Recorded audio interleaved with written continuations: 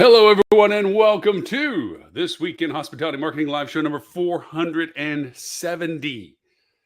Whew, yes. Anyways, just thank you so much for joining us. If you're watching us on your TV channel, the Hospitality Channel, thank you so much for not only following that, and if you subscribe to the Hospitality Channel, thank you so much for doing so as well. You can find it, of course, on Google TV, Apple TV, Amazon TV, Roku TV, Samsung, LG, whatever smart TVs. Look for the Hospitality Channel. You will be there. The live show is always on the free side of the gateway. For all of the fun stuff we get to talk about. And if you're watching us on simulcast, thank you again for our partners, the associations that run our broadcast live globally, for corporations and so forth that run our live broadcast as part of their content offerings on their Facebook pages, their YouTube channels.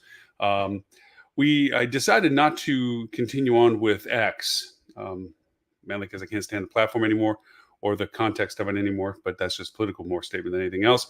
Audiences there were mixed ever since the regulations came off, and it just wasn't worth thinking that I had to maintain a premium relationship with them to live broadcast. So we're blacking out on X. We do a recap post of the video on X, so that if you were watching us before, which again was a few people, but it was inconsistent, and I think there was other channels, and I've reached out to all of them on Twitter or on X to ask if it's capable for them to move to the other channels to watch the live show. I got responses saying not a problem, just was one of those things that they got used to. So for right now, we're not going to broadcast live on X. We will put back out a link for the rebroadcasting of the show, probably about the time that we do our rebroadcasting for Australia or APAC.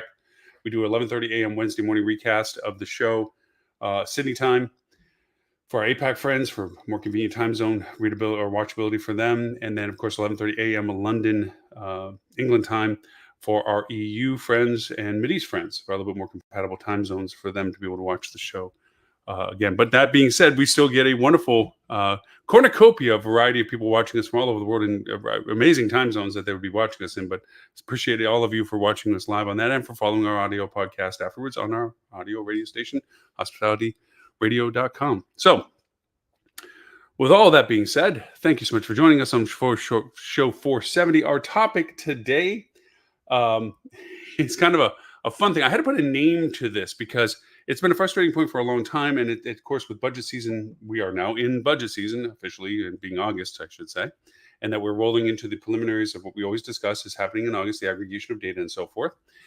I had to put an acronym to this. So if you suffer from confusion and hairs on the back of your neck when people tell you the results of promote campaigns or the lack of diversity of so forth and so on, you may be suffering from MVE. That's the acronym I gave it. Minimal viable effort. That's what I've called what I see most of when it comes to services that are offered to businesses.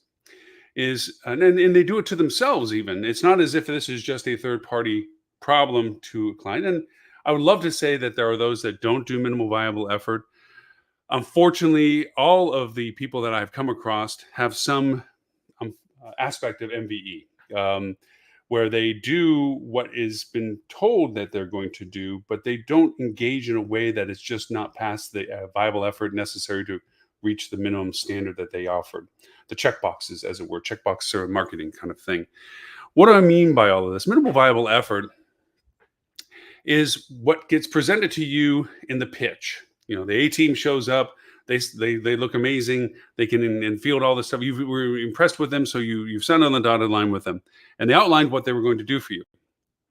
We're going to make paid ad campaigns. We're going to be able to build better business for you. We're going to review the ones you currently have, and we're going to change them or expand on them. Whatever the promises of most of that stuff were done, and then over time, those changes may have made an impact or what have you. And you may, if you were especially starting at zero where you weren't doing the things that they're now doing for you, you would see an immediate bump of anything's better than zero. So you're going to see that. But after that, and then given current economic shifts and changes, the gravy train, Ferris wheel, whatever analogy you want to use for it, of our economies that we've been going along with this whole time, that every month is better than the previous, every rate is bigger than the last, every occupancy is yieldable to more. Those are beginning to fluctuate depending upon the strata of the audiences that you engage with as your guests to your hotels. And you start looking at the performances going, well, why are we going down? First, you get the typical as well. We'll look into it, or don't have that in front of me right now, or whatever. Those are the cringy things. Little hair on the back of your neck. Like, why wouldn't you be aware that this was already happening, or even knowing that it was going to begin to happen based on how you built the campaigns and built the strategies and built the programs? You should always know what your programs are doing and whether the effect is still the same as when you first started it as to what you're actually the result of it is. And this actually goes towards, in this discussion point of it, a little bit of how to identify that you are suffering from minimal viable effort. Too often, the agencies will go and put these things together. Sorry, I wanted to finish the first thought before I just threw into how to identify. They usually do kind of like your typical NAP stuff, name, address, phone number kind of stuff, where they do your name, who you are as a campaign, and where you are. And they'll set up a campaign, and a lot of times they'll put it on their account because they like to get the benefit with Google. So Google sends them Chotskis, which should be your asset, should be on your account, and that you give them access to run. Always a thing we've been harping on for years. But they'll set it up and they'll do what's called a brand campaign and a non-brand campaign. And literally, I kid you not, that's probably the most consistent definitions I see on a regular basis. The brand campaign is everything about your name in variations, misspells, hopefully, all that kind of stuff. And it's a pretty generic looking ad set, usually 4 to 5 ads that are just derivatives of a keyword of your name and a description line that is about your tagline and or who you are in a more explanative manner than just a title of your hotel. And they run them and they bang on those. And because the results are strong, because after all, it is you should be getting good results, good conversions and so forth. Then they beat their chest for how successful that ad group is. The non-brand campaign, unfortunately, doesn't get a lot more love. What they do is pretty much target where you are, the name of the city and or the area, blah, blah, blah. Some featureability about your location. Keywords are usually related to your title and or of your destination in the headers. And not much diversification on ads there. I mean, most of the time it's just text-only ads. Sometimes I have seen an image ad or two using the same image. Maybe a click-to-call sometimes. Very little initiative on targeting. However, if targeting is to be done, this is usually the campaign group that has some targeting. Maybe it's geo-targeting. There's minor variations to that. Anyways, and that runs itself to death in perpetuity. And at first, any of those things happen, you have a grace period of growth or a grace period of positive impact, potentially, if it was correctly made for both of those campaign sets. But over time, that's not driving business. It's just like you walking around saying rate and date information in your marketing for everybody about your hotel when there's so much more to discuss about your hotel. And also blind earring it, tone deaf, where you're talking to people that have no interest in your hotel simply because you're broadcasting to areas that you thought would be the feeder markets or the people that you think would be geographically most relevant or whatever you have to you. So this is kind of leading itself to how to identify if you're suffering from minimal viable effort. What I just described happens 99.9% of the time when we get asked to come in and audit. And auditing for us is an unbiased one. We're not there to prove how bad your vendor is. We're not there to prove how bad your internal team is. We're there to give an honest, positive, negative, fully transparent audit of what you're doing. I mean, we have levels of auditing as to how much you want to know, whether it's just about what you're doing, what your competitors are doing, or what everybody and your competitors and you are doing in relationship to everything with strategic output at the end of it. But the idea of it is not to self-pitch what we do, which is what a lot of audits get offered for. Whoops, sorry for banging the mic. What a lot of audits from vendors are for is a calling card to get in to show how good they are and how bad the vendor that they're reviewing is and why they should be now your new vendor. I've turned down many times where people are like, hey, can you just get this stuff fixed? It's like, no, we'll go through the process. If you want to consider alternatives to who you're offering as a service provider, put an RFP out. We'll contribute to the RFP if that's something that we think we'd want to do. That unbiasedness gets us more business than we actually handle. Actually, in that way, we align. Anyways, so minimal viable effort, usually one of the first indicators that you're having with this is, should you ask your vendor the performances? Now, remember, if you are allowing your vendor to report on what they're doing for you, That's a lot like having your accountant being able to write checks and cash them. They're going to tell you what they want to tell you based on what they're thinking they're doing that they want to look good for. As the old saying goes, 84% of statistics are all made up, and it's made up by the person telling you the statistic. The idea is, if they're reporting on what they're doing, it's a shell game. 1 month, they may be referring to certain metrics that make them look good, like an increase in volume of traffic. The next month, they may be talking because traffic didn't go up that month that they're reporting, but they're talking about the value of the conversions that they did. It's always a shell game as to what number seems to be the best representation of what they're doing, so that you, the unobservant or the too busy or the not too completely fluent on the conversation, accept what you're being told without really realizing the impact of what that means. Now, I know that sounds derogatory to people that are in the role of policemen for their property, whether they're running their own brand, their own team internally, or whether they're mixing it with third parties, or whether there's some hybrid combination thereof. That's just because they're too busy a lot of times. It's not that they're lacking in skill sometimes, although I've also claimed the fact that there's a lack of skill. People have been put into the role of monitoring marketing that weren't educated in the process of what it is. And therefore, now it's too late for them to ask the silly questions to make them better at what they are now responsible for. So that being said, since I've now irritated everybody in the role, no, it's not true. This minimal viability of effort usually gets first manifested by a lack of clarity of why some number is not operating the way it's operating. Some metric, some KPI is not hitting its goal, whether it's revenue contribution, percentage overall of top line contribution, conversion, channel conversion value compared to other channels, whatever metrics you're using to define what the KPI of a successful operation of campaigning is. If it's not being met, the first concern is why.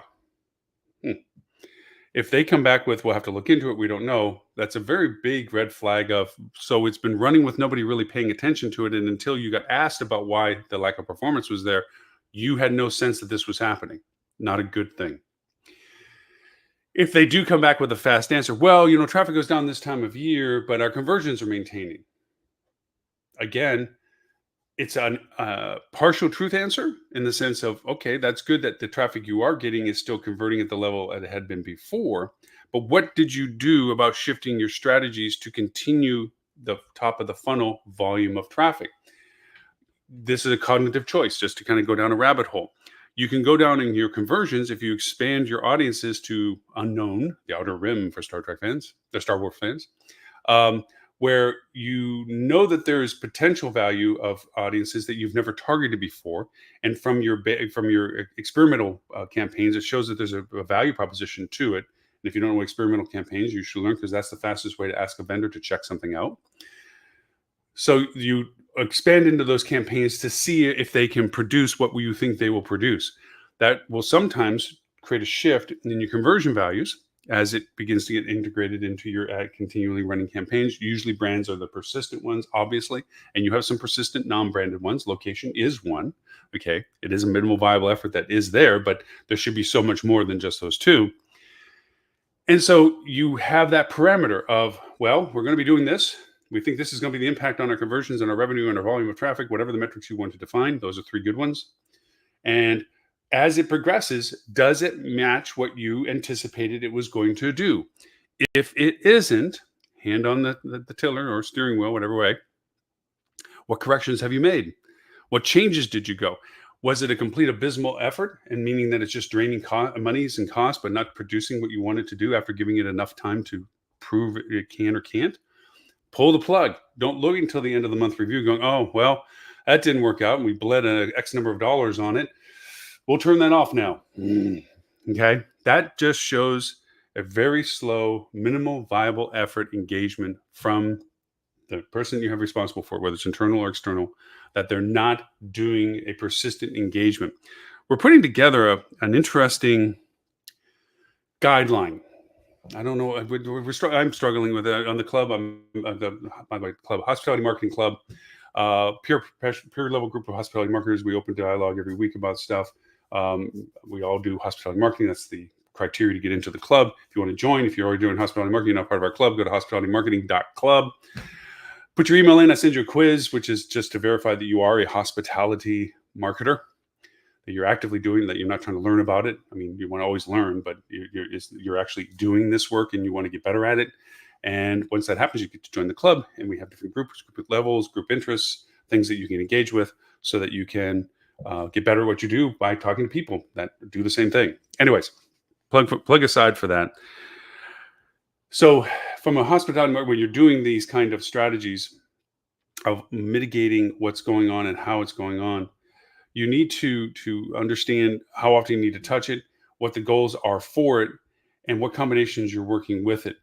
The idea of your strategy and going forward with getting past the minimal viable effort problems is how diverse is your strategy beyond the proverbial block and tackle functions that you must do.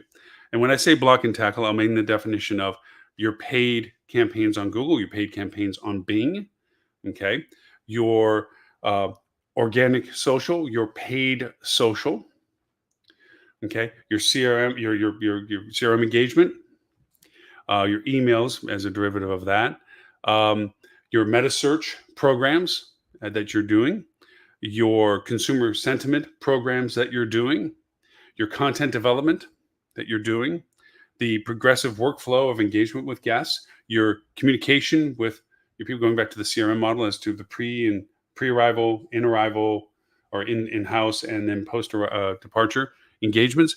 All of this variations as to where in each of that workflow you are strategically looking at ways to work the audiences that you're looking for in a way that converts them to the value that you want them to become as your guests.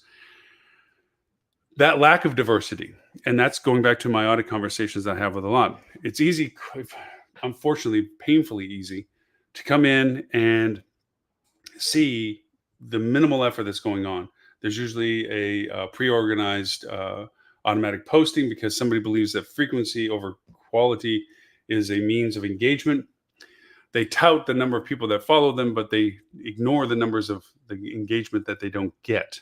I see that so often. I see, oh, well, we have 45,000 people that are engaged with our property, which sounds like, oh, it's a great number. 40,000, 10,000, 5,000 people. Okay, we have 5,000 people that follow us. But out of the past X number of posts, okay, you've had 1 share or 6 likes, or maybe it's 100 likes and 10 comments. Is that a good number? No, it's a terrible number, because if you have that many people, you're putting content up that's not engaging with them to the point that they actually act on it. They may see it, they may click that they like it or whatever, what have you. But how are you going to translate that into a worthy effort and cost of a paid social campaign if you don't have the audience to resonate with what you're putting out there? All too often, it's about mimicking what you do on the other channels, because it's a lazy way of doing it. Where if we did this as an ad campaign in Google, we're going to ghost it as an ad campaign in Facebook or an ad campaign in Bing. That's one that usually happens all the time. Everything in Google goes on Bing. And that's not necessarily always a bad thing, but Bing does have different audiences, and there are different messagings you can do for those audiences that are uniquely suited for those that use Bing in contrast to those that use Google. As also with Facebook, the dialogue that you have on social, and you've heard us say this on the show many times, is about storytelling and long discussions. It's about amplifying the value of the messaging that they're seeing elsewhere through the content and the context of what they have on social. So these depthful ways of looking at strategy, like, for instance, do you consider OTT advertisement? You may think you're too small for it. You may think it costs too much money. Who's telling you that? Or did you look it up how long ago? It is not that expensive. It is not that hard. And a lot of times, especially with the advancements of AI usabilities, you can create decent content to be used in those forums. It's, you don't have to be NBC. You don't have to be, Wall Street Journal caliber content. A lot of times that consumer-esque level of content development endears the audiences to your effort. Are you doing audio ads? Audio ads have turned into an amazing venue of opportunity because they're able to target on very unique interests, which is usually genre of music and or topic of interest when it comes to podcasts. As the joke goes, everybody has a podcast now. It's like, welcome to the party. We've been doing this for 18 years we've been doing a podcast, 10 years weekly with this live show. So I feel very good of like, okay, people are joining our efforts in that process of coming up with content that they have. And there's some amazingly excellent content. We have a variety of extra podcasts on the Hospitality Radio channel that we do because they're just excellent content. They really do a great job about talking about not just our industry, which is what the radio station is based on, sales and marketing and operations and accounting and so forth, and meta search and so forth, and reputation management and all of that. We have several different podcasts we have about all those, but also just fundamentals of functionalities like search engine optimization, ad campaign creation variations from people that aren't specifically talking about just hospitality, but the skill set is transferable to what we do in hospitality. So if you haven't checked out hospitalityradio.com, that's our website for it, but we're on 36 channels that broadcast us around the world. We're in 110 countries for our podcast, for our radio station. We're in 209 countries for the live show here that you're watching us on. So, and 39 platforms for our podcasts, and we're in 32 countries because of that. Yeah, I think I got the numbers right. So for all of that reason, there's a tremendous amount of excellent content that can improve your ability to get past the minimal viable effort that's probably existing. And it's easy to explain away why MVV is a thing. You don't have the time. It's really about keeping triage. What's the most problematic thing, or what's the most problematic thing that's been presented by my bosses, the things that I got to worry about most. Those take priority in sense of time consumption and effort. And then it descends from that. So, going back to what we're putting together for kind of a checklist. I ventured off. Went off on a tangent on something, and I totally forgot about mentioning the final conclusion of that. We're putting together a checklist of what you should be doing, quote unquote, every day, what you should be doing, quote unquote, every week, and what you should be doing every couple of weeks and every month when it comes to looking at and understanding your reporting metrics and your campaigns and your efforts and your strategy. And you may think, yeah, there's no way I can fit into my schedule any sort of daily activity unless I'm taking a bathroom break out of my schedule. It's true. The minimal viable effort is also minimal viable cost. How much can we dump on people that are well beyond their scope of capabilities? And I mean that from a time consumption more than I do always a skill set. And make them responsible for things that they literally don't have enough time to do quality work with, that they're basically hoping that the ball continues to roll down the hill in the gutter towards the pins. And if it doesn't, there's very little that they can do about it or find out about it before it's out of sync. And then it's a matter of triage of how to fix the damage from it. That's usually the course of action that most of those things happen. Is it seems to be going enough of a direction that I'm not going to get banged up for it. It's not doing as much as it should. It's not doing as great as it could. But you know what? It's not doing any damage that I'm going to be held accountable for. I'll get to it if I can get to it at another point in time. I have a more important pressing thing that I'm being told I have to do, and or I know it's going to create a larger issue for us if it doesn't get done. That is everybody's daily world. So this checklist is more of a helpful way of either understanding what you need to go back to when you get the time to do it, or to prioritize from it the things that are going to be most influential to the priorities that you do have. A lot of times, paid campaigns or strategies online go unattended until it gets the eye of Sauron on it, ownership, management, whatever. And they want to laser in on every granularity, like down to the, why didn't you look at it on Tuesday at 8 a.m. when this happened kind of thing. And you're like, really? I'm going to be watching a paid performance campaign at 8 a.m. when I'm, doing the other things, working, what have you. And you're going to be mad at me because you want to hang this around my neck, which is usually most of the courses of the politics of work is, who's to be held responsible for things. And of course, everybody's crowding to get into who can take credit for the things too. It's a lonely platform to be on when it comes to responsibility, and a crowded stage when it comes to credit.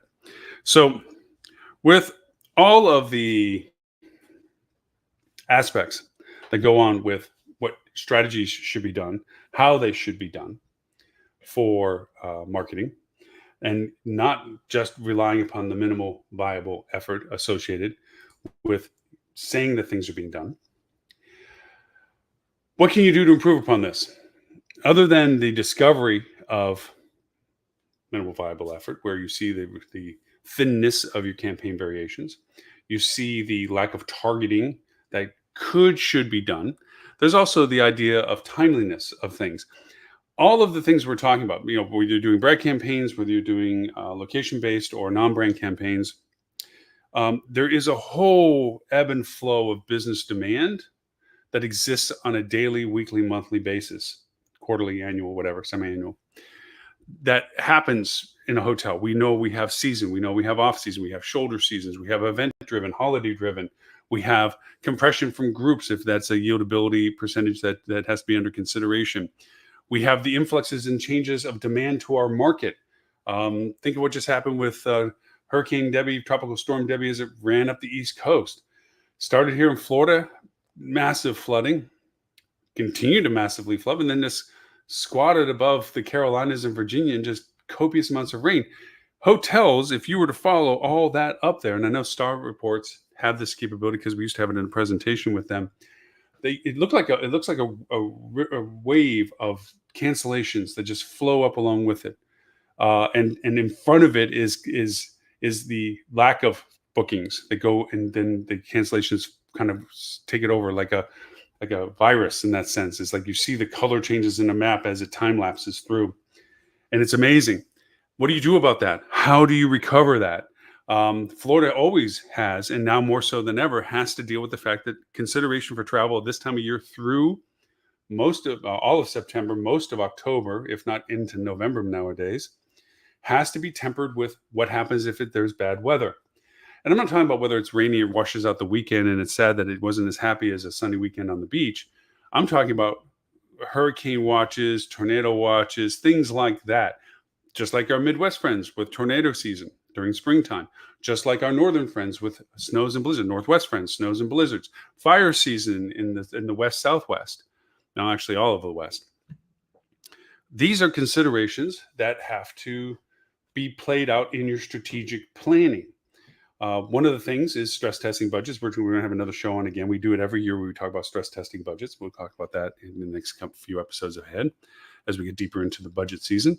But these ebbs and flows of demand require a hand on the tiller for the strategies of what you do to adjust, compensate, and work for optimizing all of the ebbs and flows that go on in your business flows, and then everything I just mentioned. So for that reason, if you go to your ad campaigns with your vendor or your internal team and all you're seeing is brand and non-brand, and non-brand has sometimes a feature where you had a promo code that you made a separate ad for, if they did that even, okay? Did they make the content on the website to support it? Did it get driven to the content on the website, or just go straight to the book engine? And was the book engine explanative enough in the platform, the page that it lands on, to tell you why you wanted to buy this package other than just the rate degradation that it created? These are all aspects of the granularity that require good strategic planning in marketing. For that reason, you need to be ever vigilant in making sure that there's a clear mission that you're giving the vendors or your internal team, or some combination thereof, as to the expectations of what they should be doing. What are they doing? I made a comment, and I've made comments to my clients many times. When talking with a vendor, however frequent you do it, please just don't do it once a month looking back at the previous month, because that is too little too late in almost every circumstance, unless it's chest beating successes of, look, our emails generated this and our campaigns generated this. If all you're looking at is what you did successfully, you're not going to look at how to improve what you didn't do successfully. That's a big thing. Just looking at your successes will never correct you for the fact that the problem's going to come up that same answer won't solve, and you won't have an alternative to it. I've had that discussion many times when I used to run hotels as a general manager.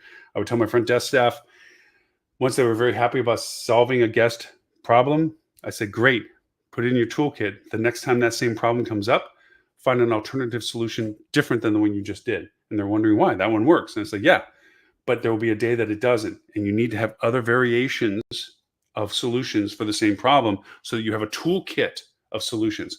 That's the same logic I give to marketing. It's great that one thing you did, that one campaign ran as successful as it did. Great. Let's use it, but let's find other variations to finding other ways of doing the same thing, so that the day happens when that doesn't resonate, We have another alternative to it that doesn't have to start from zero to be implemented, that can come from off the shelf, customized and inserted into a program as a solution to it. And those daily crises, those triage problems, are the reasons why you have those kind of tools ready and available to go to. Always doing experimentation in your ad campaigns to understand variations to the campaigns you're already running, to see if maybe, yeah, you were successful for what you chose, but was there a better success metric in the targeting that you're doing to make it even better than what it's doing right now? Or better yet, variations on other things that aren't just related to the one successful campaign. So should this campaign begin to wane, which they do, you have other alternatives that have already been tested into their viability of success. So you don't have to henpeck and try to figure out, okay, well, we got to do all these variations, see which one works, while this one fades in the distance and revenues go down, and you're still trying to figure out what to replace it with. You should be ready with the replacement. So when this battery drains, you're plugging in a new battery for opportunity. That's how it's supposed to work. That has nothing to do with minimal viable effort. Minimal viable effort is set and forget, monthly forensic time backwards reporting.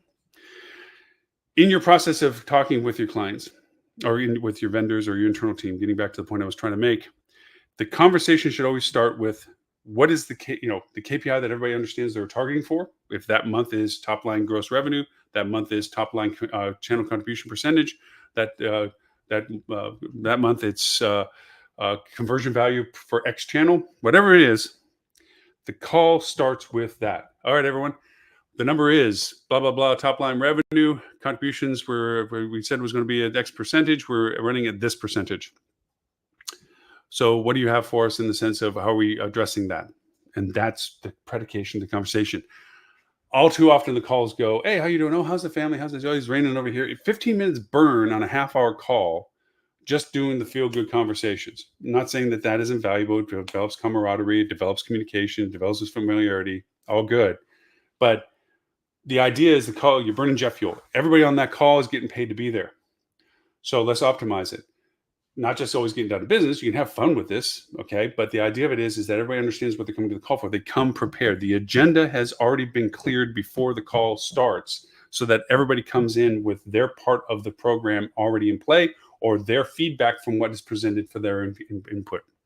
Not a surprise, that's what we're talking about, and then let it rambles on and goes off in tangents like I do sometimes.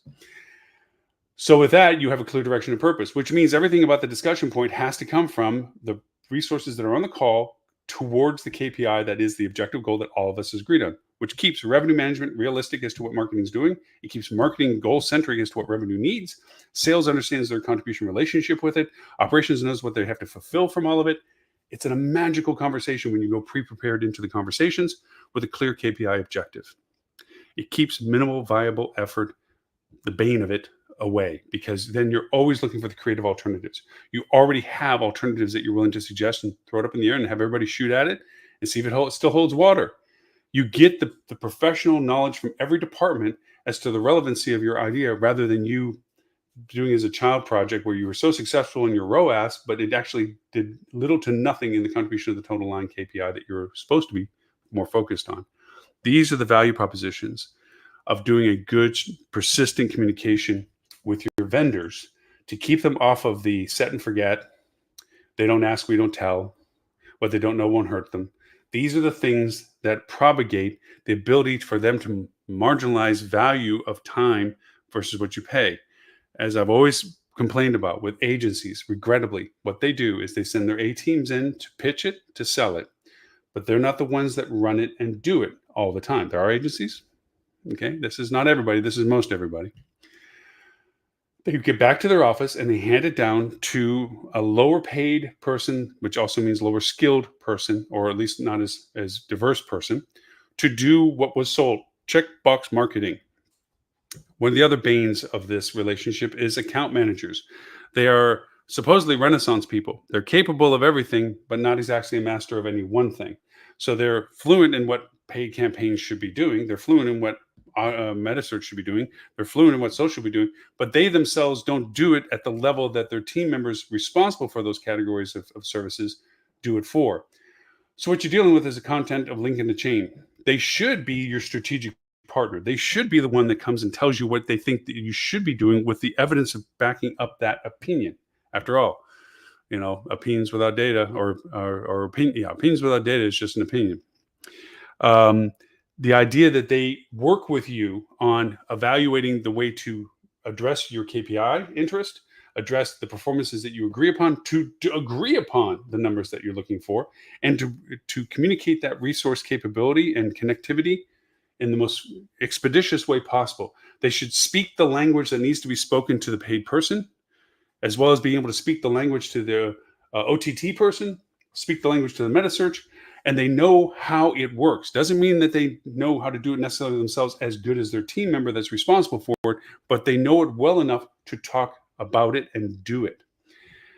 A lot of times, account managers are a stepping stone for service people into different departments, because that's where agencies can determine the person's capabilities or their preferences or their lean to service skill capability. That, oh gee, Lauren seems to really latch onto social a lot. He does pretty good with that kind of stuff. The other stuff he's a little soft on. And he's an account manager. Let's replace him with the new person we just hired because they're cheaper. And let's move Lauren over to social and let's see if you can pull that off. That's what happens. How many times? And then, of course, every time you change an account manager, you're changing the relationship. Every time the property also changes the person responsible for communicating with the account manager, they're changing the relationship. One representative of a client might be very granular about a particular pet peeve interest of theirs, maybe it's social, since we're using that as an example. And then the next person that replaces them, okay, is not worried about it at all. And so the account manager on the other side might have worked very well with the first person because they were symbiotic about social and they really tried to leverage that opportunity. And not that everything else was bad, but they harmonized on the social conversation. And now this new person from the client base isn't as passionate about it. The account manager is a little off center. The other person either doesn't express what they're directly interested in and or is not skilled enough to know what they should be most interested in. And the account manager is waiting for the guidance. And what you end up having is a disharmony relationship between client and vendor. And quickly in time, people begin to realize this isn't working. That vendor is not doing as much. They're probably fully capable of doing all that you want them to do. They're just not being communicated with well. And in reverse, if the account manager has changed and now the client side is going, well, where's Lauren? He always seemed to know the answer to when we were doing something social. He had the creative stuff for it. This other person, they know about social, but they don't know social, or they seem to be more in tune with paid. They always want to do more paid, like they always want to spend more money in paid. That's where the disharmony comes up in that side of it too. So there always has to be a clear evaluation between the client, the vendor, in the sense of how they interact. If there's a team internal and a vendor that does aspects that the team doesn't do, if the third-party vendor is completely responsible for everything, make sure they're not responsible for reporting on their own performances without the metric of infusion from you. The policeman of your team is aware of where the numbers come from, knows the data, how to look at it, and can evaluate what they're being told from the reports as to the validity of it and whether that goes towards the KPIs or the goals that they've defined with the vendor. Always have a policeman that knows as much, if not more, than the vendor that is providing the services and reporting on their own successes. If you leave them to tell you how good they're doing it and nobody on your team knows whether it's right or wrong, you will get BS out of that conversation 99% of the time. That's my statistic making it up. So we've talked about minimal viable effort. It has to be corrected for, and since it is budget season, then this is the time where we usually do historic vendor relationship reviews. We take this time as we're cracking open the what are we doing in 2025 conversations and of getting the data together and looking performance metrics, and we look at the value. This is the time that we can evaluate the performance of our vendors. A lot of times vendors stay in their role because it just is, we don't have the time to vet other vendors. They're not that pricey compared to what we do go out and look for. Maybe we solicited some other agencies to see what they would offer. They're not as bad once we start talking to other agencies. The other agencies just sound about the same as our agency, so we're not really improving anything by changing it. Sadly, a lot of times it's the relationship of the owner of the agency and somebody high up in the food chain of the clients who usually keeps that thread together. They know when to sell gift backs, send gift cards out, if you know what I mean. And by the same token, sometimes it's just they have a loyalty and affinity based on the durability of the relationship. I like to think our relationships have a longevity to them, even though we do reviews every 6 months, and our contracts always allow us a way out every month. Trust is a huge component of working together. you will not have successful months. You will have months that are not as good as the previous months because not every month is always up compared to the other month. The bigger metric is how are we looking compared to last year? And if last year was something like a COVID lockdown, which it hasn't been, but in years past it was, how did we rebound from that? So you look at metrics that mean something. Are we doing as good or better than what we did before? Are we improving on our familiarity with our client in comparison to just running them as is? And that's an answer that has to be coming from both sides of that conversation. Vendors have to evaluate, are they doing, or do they have the capabilities, the diversity to continue to be the best solution for their client? We've had conversations with our clients where we're like, you're on good pilot here. And as much as we love sending you a bill for doing the stuff that we're doing, what we're doing for you, we told you should bring somebody internally in to do for you yourself. And having somebody on your team take over and run what we're doing. They look at us flabbergasted like, wait a minute, you're literally telling us that you want us to internalize so that you don't do it. No, we don't want you to do this. We just think that's the better thing for you. That trust building by saying things like that is profound. I've been told by clients, Lauren, you're right. We probably could. The fact of it is, I wouldn't have everything else that's tethered to you by bringing in a person to do it. And I appreciate all of what you bring and you and your team compared to the one thing that we could see internalizing. That's high praise. And that's the kind of relationship I believe should exist between vendors and clients. That always I've got your back. I'm always looking out for what's best for you. In the same token, clients, when they're constantly approached by other vendors and so forth, honestly look at them to make sure that they're not creating an internal story as to why they're not worth consideration. You should always challenge what's your best solution. It's business. That's what we are all in the process of doing. We always have to look out for business. Personal relationships aside, it's the idea that, is this a better alternative for us? That evaluation usually happens around this time of year going forward. The performance of the vendor, performance expectations of 2025. Are they the vendors to do this? Let's talk with the vendor about what they have as plans. What do they think they should be doing? How helpful are they for us? How's our communication with them? These are questions that should be occurring now in your internal teams as you're cracking open the Budget 2025 program. That keeps you getting away from the minimal viable effort, the set and forgets, it ain't broke, don't fix it. How do you know? Is it just doing as good as it is, or can it be doing better and you just don't know?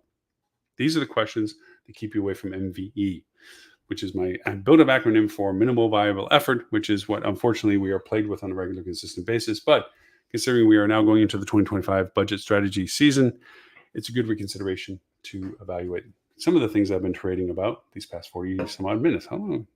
40-ish minutes. Yeah, 40-ish minutes.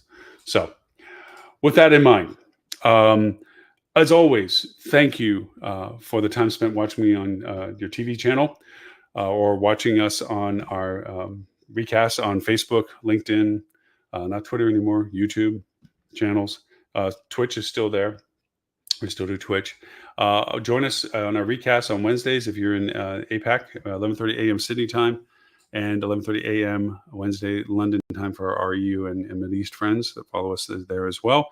And always catch up on the latest and greatest. We talk a lot about tools and functionalities on our podcast, the Hospitality Marketing Podcast, which is an audio program a little shorter than what we have here. It's usually about 20 minutes, 30 at the most. We talk more specifically about tools and functionality. Right now, we're off on this whole AR integration twist right now. So it's not really in sync with what we talked about today. But we are talking about AR infusion tools for restaurants primarily, the ability to present food and or explanations of wine lists or compositions of the meal or what have you from an AR perspective, which is kind of cute. I mean, novelty stuff does work. It shouldn't be your primary focus, but it's a great fun thing to add as a talking point or as a reference of distinction between you and other competitors that are very similar to you, which is where we kind of originate the idea of the conversation from. So you want to check out podcast number 470. We're talking about AR tools that we use for doing that kind of stuff. Always, if you want to watch any of our previous shows based on topic, guest host, or broadcast date, you can go to hospitalitychannel.tv. They're all there. In addition to all of our podcasts as well, categorized the same way or discoverable the same way. It's our Forever I Love Lucy rerun website, and that's hospitalitychannel.tv. If you want to go to our app, which the Hospitality Channel is, the TV channel is, you can find it on Amazon, on Google Play or Apple, the App Store. just look for Hospitality Channel. It's an app. The live show gets broadcast from there. So you can watch us there. Of course, the TV channel. Trying to think what other fun things. Hospitality Marketing Club. We already mentioned that as to the value proposition of that. If you want to go there, hospitalitymarketing.club. Oh, talktravel.tv is the website for our app that goes to the TV channel. So talktravel.tv is that. Hospitalitychannel.tv is our I Love Lucy rerun website. Hospitalityradio.com is our radio station. Yeah, I think we got it all. Anyways, once again, thank you for the privilege of your time. I look forward to talking to you next week. My name is Lon Gray. Thank you. We'll talk to you again real soon.